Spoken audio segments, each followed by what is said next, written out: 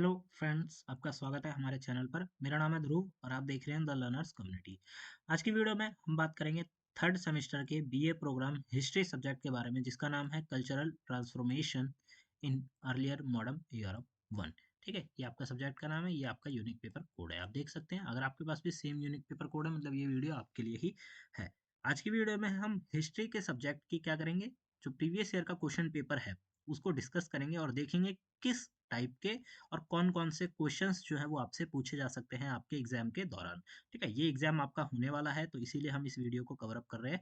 और अगर आपको इस सब्जेक्ट के जितने भी क्वेश्चंस हम इस वीडियो में डिस्कस करेंगे, अगर आपको उनके आंसर्स चाहिए, आंसर की एक्सप्लेनेशन वीडियो चाहिए, तो प्लीज़ आप लोग कमेंट करिए ज़्यादा से ज़्यादा। ठीक है, आपके कमेंट आने के बाद हम लोग इसके ऊपर कंप्लीट वीडियो भी बनाएंगे, जिसके अंतर्गत हम आंसर भी एक्सप्लेन करेंगे इस क्वेश्चन पेपर की, और जो इंपॉर्टेंट टॉपिक्स होते हैं उनके आंसर किस प्रकार से लिखने हैं वो भी हम डिस्कस करेंगे नेक्स्ट वीडियो में। ठीक है, सब्जेक्ट का नाम है cultural transformations in earlier modern Europe.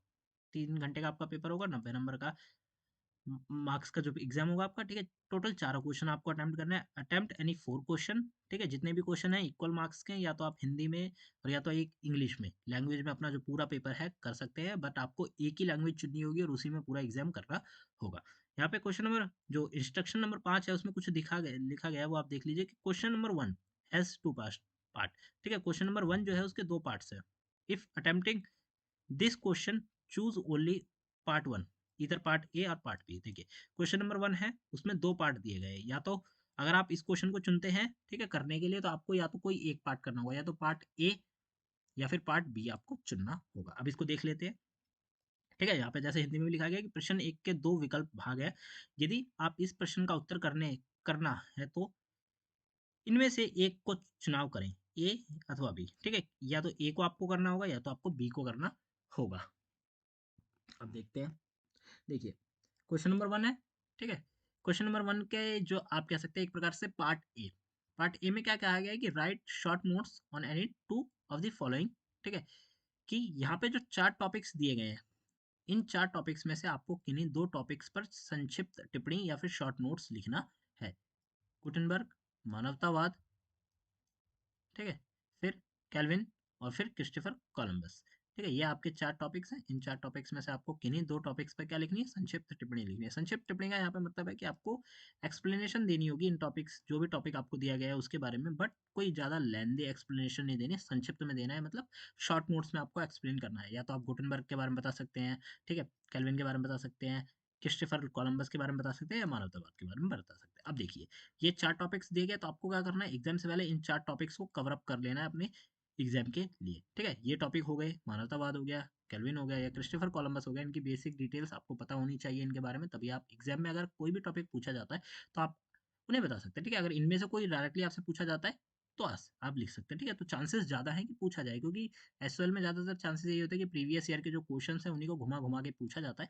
ठीक है, तो इस क्वेश्चन को आप कवर अप करिए। अब देखिए, क्वेश्चन नंबर 1 का ये पार्ट ए है, या फिर आप ये वाला क्वेश्चन कर सकते हैं। ये वाला जो क्वेश्चन है, पार्ट क्वेश्चन नंबर 1 का बी पार्ट, उसमें है यूरोप के दिए गए मानचित्र पर प्रारंभिक आधुनिक यूरोप के सांस्कृतिक दृष्टि से संबंधित किन्हीं 5 शहरों को अंकित कीजिए।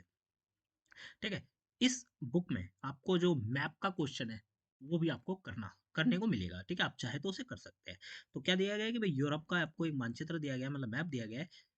मानचित्र पर प्रारंभिक आधुनिक यूरोप टाइमलाइन बताई गई है। प्रारंभिक आधुनिक यूरोप के सांस्कृतिक दृष्टि से भाई, मतलब जिस समय की बात करी जा रही है, कौन से समय की, प्रारंभिक आधुनिक यूरोप की बात करी जा रही है, तो उस समय की दृष्टि से जो कोई 5 इंपॉर्टेंट शहर हैं, ठीक है, किन्हीं 5 शहरों को आपको क्या करना है, अंकित करना है। प्रत्येक शहर से संबंधित 2 महत्वपूर्ण व्यक्तियों के नाम लिखिए। भाई, जिस शहर को भी आप पॉइंट आउट करेंगे उस मैप के अंतर्गत, उस शहर से रिलेटेड 2 महत्वपूर्ण व्यक्तियों के बारे में आपको बताना होगा। ठीक है, दो दो लाइन आपको बतानी होंगी और उन लाइनों को अपनी किताबों में लिखना होगा। मतलब जो आपकी आंसर शीट है उसके अंतर्गत आपको ये बताना होगा।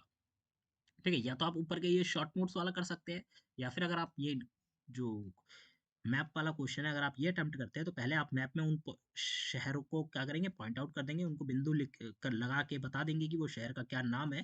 ठीक है, और उसके बाद आप उन्हीं शहरों के जिस वे में, जैसे आपने ए लिखा शहर के बारे में, फिर बी, फिर सी, फिर डी, ठीक है, इस प्रकार से, तो आप ए शहर में कौन से 2 लोग इंपॉर्टेंट है, ठीक है, उनके बारे में, बी शहर में कौन से 2 लोग इंपॉर्टेंट है, इस प्रकार से आपको ये बताना होगा अपने आंसर शीट के अंतर्गत। ठीक है, तो ये आपका क्वेश्चन नंबर 1 हो जाता है। अब बात करते हैं क्वेश्चन नंबर 2 की। क्वेश्चन नंबर 2 में क्या पूछा गया है कि क्लासिक और मध्यकालीन यूरोप की उपलब्धियों की समीक्षा कीजिए जिन्हें प्रारंभिक आधुनिक यूरोप के जीवन को गहरे तौर पर प्रभावित किया। अब देखिए, क्लासिक और मध्यकालीन यूरोप की उपलब्धियों की समीक्षा कीजिए। आपको कहा ना समीक्षा करनी है यूरोप के उपलब्धियों की। इसमें दो टाइमलाइन बताई गई है, क्लासिकल एंड मेडिवल। ठीक है, मेडिवल, क्लासिकल या फिर मध्यकालीन यूरोप की जो उपलब्धियां हैं उनके बारे में आपको बताना है। ठीक है, बताना है जिन्होंने क्या करा था, प्रारंभिक आधुनिक यूरोप में रहने वाले जो लोग हैं उनके जीवन को गहरे तौर पर क्या करा था, प्रभावित किया था। ठीक है, मतलब ऐसी उपलब्धियां जिन्होंने क्या करा था, लोगों के जीवन को बहुत बड़े स्तर पर प्रभावित किया था, उन उपलब्धियों के बारे में आपको बताना है। ठीक है, तो ये आपका क्वेश्चन नंबर 2 हो जाता है। देखिए, इस क्वेश्चन को भी इंपॉर्टेंस के तौर पे हम लोग रखते हैं क्योंकि यूरोप के बारे में देखिए, आपकी किताब ही मेनली यूरोप के बारे में है। ठीक है, तो आपको यूरोप के बारे में जितनी बेसिक डिटेल्स हो सकती हैं वो सारी पता होनी चाहिए शुरुआत में। ठीक है, प्रारंभिक दौर के बारे में, आधुनिक, मध्यकालीन हो गया, आधुनिक हो गया, इनके बारे में आपको बेसिक डिटेल पता होनी चाहिए, तभी आप एक आंसर को डिटेल में और अच्छे से एक्सप्लेन कर पाएंगे। ठीक है, ऐसा ना हो कि आप लोगों को बेसिक डिटेल पता हो बट आप लोग एक्सप्लेन ना कर पाए, इसीलिए आपको एक बार अच्छे से उनकी जो डिटेल्स है उनको समझना होगा। ठीक है, क्योंकि देखिए समय लाइन के बारे में या कहें टाइम लाइन के बारे में आपको पता होना जरूरी है एग्जाम में आंसर लिखने के लिए। क्वेश्चन नंबर 3 में आपसे पूछा गया है, संस्कृति शब्द की व्याख्या कीजिए, संस्कृति के विभिन्न अवधारणाओं की चर्चा कीजिए। ठीक है, कि जो संस्कृति शब्द है पहले आपको उसके बारे में बताना होगा। संस्कृति मतलब कल्चर, तो जो कल्चर है उस शब्द के बारे में आपको व्याख्या करनी है, उसके बारे में डिटेल में बताना है कि भाई उसका मतलब क्या है। ठीक है, वो किस प्रकार से एक देश या द्वीप, जैसे हम यूरोप की बात करें तो किस प्रकार से उससे जुड़ा हुआ है, उसकी क्या संस्कृति है। ठीक है, आप यहाँ पे उदाहरण भी ले सकते हैं, उदाहरण वहाँ पे आप किसी भी एक संस्कृति का उदाहरण लेके उसको उदाहरणों के साथ एक्सप्लेन कर सकते हैं कि भाई पर्टिकुलर देश की संस्कृति इस प्रकार की है। ठीक है, और ये सारी चीजें उसकी संस्कृति से बिलोंग करती हैं। ठीक है, इस प्रकार से आप बता सकते हैं। फिर संस्कृति के जो अलग अलग अवधारणाएं हैं उनके ऊपर आपको चर्चा करनी है, उनके बारे में बताना। चर्चा करने का मतलब यही है कि आपको उन अवधारणाओं के बारे में पॉइंट आउट चीजें जो है वो आपको एक्सप्लेन करनी होंगी। ठीक है, ये आपका क्वेश्चन नंबर 3 हो जाता है। क्वेश्चन नंबर 4 की तरफ चलते हैं। पुनर्जागरण सर्वप्रथम इटली में अस्तित्व में आया, फिर यूरोप के अन्य भागों में फैला, सविस्तार बताइए। ठीक है, पुनर्जागरण की जो प्रोसेस है, ठीक है, पुनर्जागरण सबसे पहले इटली में अस्तित्व में आया, मतलब इटली में सबसे पहले आया। ठीक है, उसके बाद वो यूरोप के जो अलग अलग जगहें थी, अलग अलग भाग थे, उनमें गया। ठीक है, तो आपको क्या करना है, ये बताना है। सविस्तार का मतलब है कि आपको डिटेल में यहाँ पे एक्सप्लेन करना होगा। और किस तरह करना है हम ये बात कर लेते हैं। सबसे पहले आप पुनर्जागरण के बारे में बेसिक डिटेल बताएंगे, पुनर्जागरण क्या होता है, किस प्रकार की प्रोसेस है। ठीक है, उसके बाद आप ये बताएंगे कि पुनर्जागरण इटली में आया। ठीक है, तो इटली में किस प्रकार से शुरू हुआ आप सबसे पहले ये बताएंगे। उसके बाद इटली में पुनर्जागरण किस प्रकार से हुआ ये बताएंगे।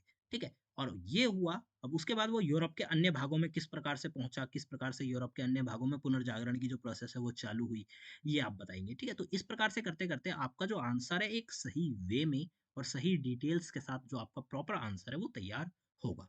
ठीक है, ऐसा नहीं है कि आप डायरेक्टली ये बताना चालू कर देंगे कि यूरोप में जो अन्य हिस्से उनमें पुनर्जागरण किस प्रकार से, नहीं। सबसे पहले पुनर्जागरण के बारे में, इटली में पुनर्जागरण के बारे में, और फिर यूरोप के जो अन्य देश हैं, मतलब यूरोप के जो अन्य भाग हैं उनमें पुनर्जागरण किस प्रकार से आया ये आप बताएंगे। आपका आंसर एक डिटेल में और सही तरीके से तैयार होगा। क्वेश्चन नंबर 5 की बात करें। प्रारंभिक आधुनिक यूरोप के सामाजिक सांस्कृतिक जीवन को आकार प्रदान करने में पुनर्जागरण के प्रभावों का आलोचनात्मक मूल्यांकन कीजिए। ठीक है, आप देखिए यहाँ पे पूछा गया है, पूछा पुनर्जागरण के बारे में ही गया है बट क्वेश्चन को थोड़ा सा डिटेल में पूछा गया है। ठीक है, समझिए क्या पूछा गया है कि प्रारंभिक आधुनिक यूरोप के सामाजिक और सांस्कृतिक जीवन को आकार प्रदान करने में। भाई यूरोप का, हम यहाँ पे समय की बात करें तो प्रारंभिक आधुनिक यूरोप के बारे में पूछा गया है। किस बारे में, उस यूरोप के सामाजिक और सांस्कृतिक जीवन को आकार देने में जो पुनर्जागरण की प्रोसेस थी उसका प्रभाव क्या था, ये आपको बताना है कि भाई पुनर्जागरण ने किस प्रकार से लोगों को प्रभावित किया। ठीक है, उनको ऊपर प्रभाव डाला सामाजिक सांस्कृतिक जीवन को आकार में लाने के लिए। ठीक है, ये आपको बताना है। आलोचनात्मक मूल्यांकन का मतलब है मेनली कि आपको उसको डिटेल में और क्रिटिकली एनालाइज करके बताना है। आपको पॉइंट हो सके तो नेगेटिव पॉइंट्स भी बनते हैं तो अगर आप नेगेटिव पॉइंट्स भी बता सकते हैं, पॉजिटिव पॉइंट बनते हैं तो आपको वो भी बताना है। ठीक है, तो इस प्रकार से आप इसको एक्सप्लेन करेंगे। क्वेश्चन नंबर 6 को देखें। इसमें पूछा गया है कि प्रारंभिक आधुनिक यूरोप में प्रोटेस्ट धर्म सुधार आंदोलन के उदय आंदोलनों आंदोलन के उदय पीछे मुख्य कारक कौन से थे? ठीक है, क्या पूछा गया है कि भैया आप एक बताया गया है कि प्रारंभिक आधुनिक यूरोप में प्रोटेस्ट धर्म सुधार आंदोलन के उदय के पीछे कौन से कारण? सिंपल सी बात ये है, इसमें पूछा गया है कि प्रारंभिक आधुनिक यूरोप जो था उसमें धर्म सुधार जो आंदोलन हुए उनके पीछे कौन से कारण थे? ठीक है, धर्म सुधार आंदोलन के पीछे कौन कौन से कारण थे ये आपको बताने हैं। मुख्य कारण पूछेंगे, कम से कम आपको 6 ऐसे कारण एक्सप्लेन करने होंगे। ठीक है, देखिए ये समझ लीजिए कि आप एक प्रकार से सेकंड ईयर के एग्जाम्स दे रहे हैं। ठीक है, तो आपको आंसर लिखने के तरीके को ध्यान में रखना होगा। ठीक है, ऐसा नहीं है कि आपने छोटा सा आंसर बना दिया, आपने एग्जाम दे दिया, नहीं। यहाँ पे क्या होगा, आपको आंसर डिटेल में पॉइंट आउट में बुलेट पॉइंट्स के अकॉर्डिंग बनाने होंगे। आपको 6 पॉइंट बनाने हैं। ठीक है, तो आप सबसे पहले मेन पॉइंट को लिखेंगे, बिंदु लगाने के बाद आप उसको एक्सप्लेन करेंगे। छोटा-छोटा आपने 2-2 3-3 लाइन में एक्सप्लेन कर दिया। फिर दूसरा पॉइंट बनेगा, उसको 2 बिंदु लगाने के बाद आप एक्सप्लेन करेंगे। ठीक है?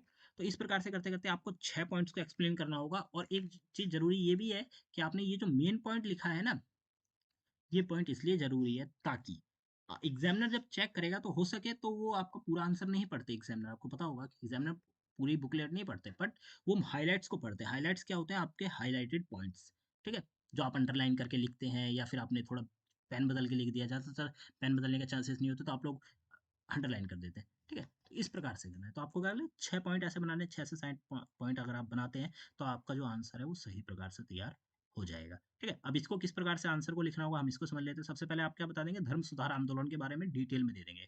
डिटेल का मतलब इंट्रोडक्शन जो होता है। ठीक है? आपने 3 से 4 या 5 लाइन में इंट्रोडक्शन दे दिया। फिर उदय के कारण 6 कारण बता दिए आपने। ठीक है? अब आपके 6 कारण तैयार हो गए। अब आपने अंत में निष्कर्ष दे दिया। निष्कर्ष मतलब एक कंक्लूजन कि भाई पूरे आंसर में आपने जो चीज़ें बताई हैं उसको 4 से 6 लाइन में आपने टी छोटे उसमें बता दिया। ठीक है? सिंपल शब्दों में, जिससे कि पढ़ा निष्कर्ष कोई निष्कर्ष पढ़े और उसको ये समझ में आ जाए कि ऊपर कितनी बड़ी चीज़ें लिखी हो, नीचे उसके बारे में डिटेल में बताया गया है।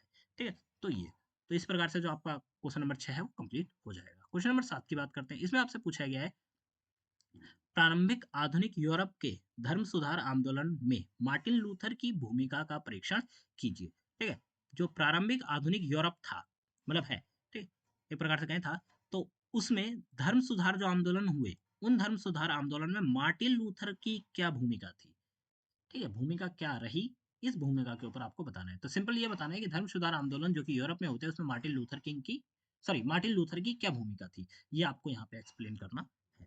ठीक है, क्वेश्चन नंबर 7 आपका हो जाता है। क्वेश्चन नंबर 8 को देखें कि प्रारंभिक आधुनिक यूरोप में स्पेन और पुर्तगाल द्वारा स- समुद्र प्रिय साम्राज्य स्थापित करने के पीछे जिम्मेदार मुख्य कारकों का परीक्षण कीजिए। अब देखिए, यूरोप कौन सा है, प्रारंभिक आधुनिक यूरोप में स्पेन और पुर्तगाल द्वारा समुद्र पर साम्राज्य स्थापित करने के पीछे,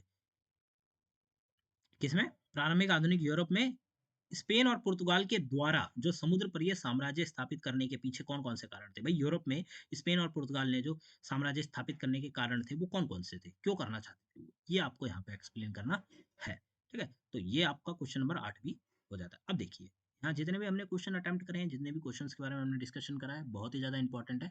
आप इन क्वेश्चंस को बिल्कुल भी ऐसे मत सोचिए कि प्रीवियस ईयर के हैं, नहीं आएंगे, कोई चांस नहीं है। नहीं, हद से ज़्यादा चांसेस है कि इनमें से डायरेक्ट कोई भी क्वेश्चन आपसे पूछ लिया जाए।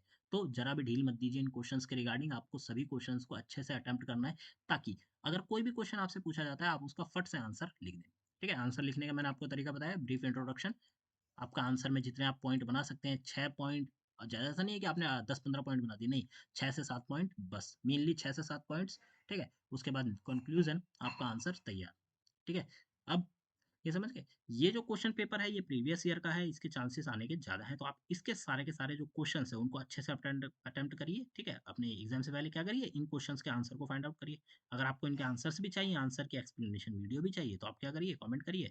जितना ज़्यादा कमेंट होंगे उतनी ही जल्दी हम इनके जो वीडियो है आपके लिए लेके आएंगे एग्जाम से पहले। ठीक है, ये क्वेश्चन पेपर आपको हमारे ऐप में मिल जाएगा, लिंक आपको डिस्क्रिप्शन बॉक्स में मिल जाएगी। ऐप का नाम है the learners community DUSL। App काफ़ी ज़्यादा हेल्पफुल है। आप सेकंड ईयर के स्टूडेंट हैं, थर्ड सेमेस्टर के, तो आप ऐप को डाउनलोड करके रखिए। आपकी ग्रेजुएशन कंप्लीट होने तक ये ऐप आपकी हेल्प करेगा। आपके कॉलेज के नोट्स, ठीक है, आपके study material, syllabus, college updates, live जितने भी नोटिफिकेशन है सब आपको ऐप पे ही दी जाएंगी। नोट्स से रिगार्डिंग हर चीज़ आपको ऐप पे ही मिलेगी। क्वेश्चन पेपर हो गए, सब कुछ हो गया, स्टडी मटेरियल सब कुछ ऐप पे ही अवेलेबल है, आपको कहीं जाने की जरूरत नहीं है। ठीक है, तो डिस्क्रिप्शन बॉक्स में जाइए, ऐप को डाउनलोड करिए और ऐप को चेक करिए। साथ के साथ आप ऐप का रिव्यू भी दीजिए, ऐप को यूज़ करिए, ऐप के बारे में रिव्यू दीजिए। रिव्यू आपका बहुत ज़रूरी है। अगर आपको कोई क्वेश्चन पेपर ऐड कराना है, कोई नोट्स ऐड कराने हैं, किसी पर्टिकुलर सब्जेक्ट के बारे में आपको बताना है, ठीक है? आप रिव्यू सेक्शन में जाके रिव्यू दे सकते हैं, कमेंट बॉक्स में आप हमसे बात कर सकते हैं, ठीक है? आपका कोई भी क्वेश्चन हो कमेंट करिए। मिलते हैं अगली वीडियो में। Thanks for visiting on my channel guys.